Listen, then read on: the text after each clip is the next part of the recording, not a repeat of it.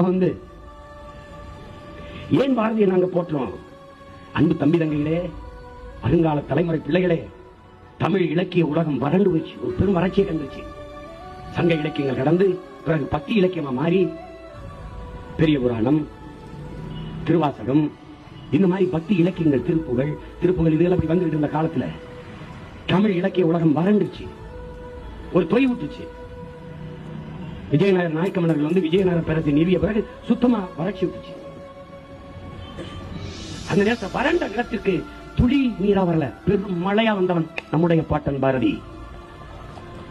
தமிழ் இலக்கிய உலகம் மரணித்து போன காலகட்டத்தில், உழைந்து போய் கிடந்த காலகட்டத்தில் ஒரு பெரும் பாய்ச்சலை புகுத்தியவன் பெரும்பாவளன் பாரதி, நம் பாட்டன்.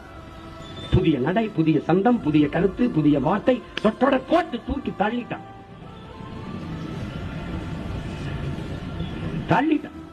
யாம் அறிந்த புலவையிலே கம்பனை போல், வள்ளுவன் போல், இளங்க போல் பூமிதனும் யாங்கேனும் பிறந்ததில்லை.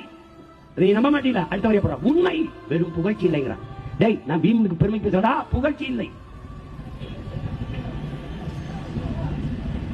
ஊமையராய், செவிடர்களாய், குருடர்களாய் வாழ்கின்றோம்.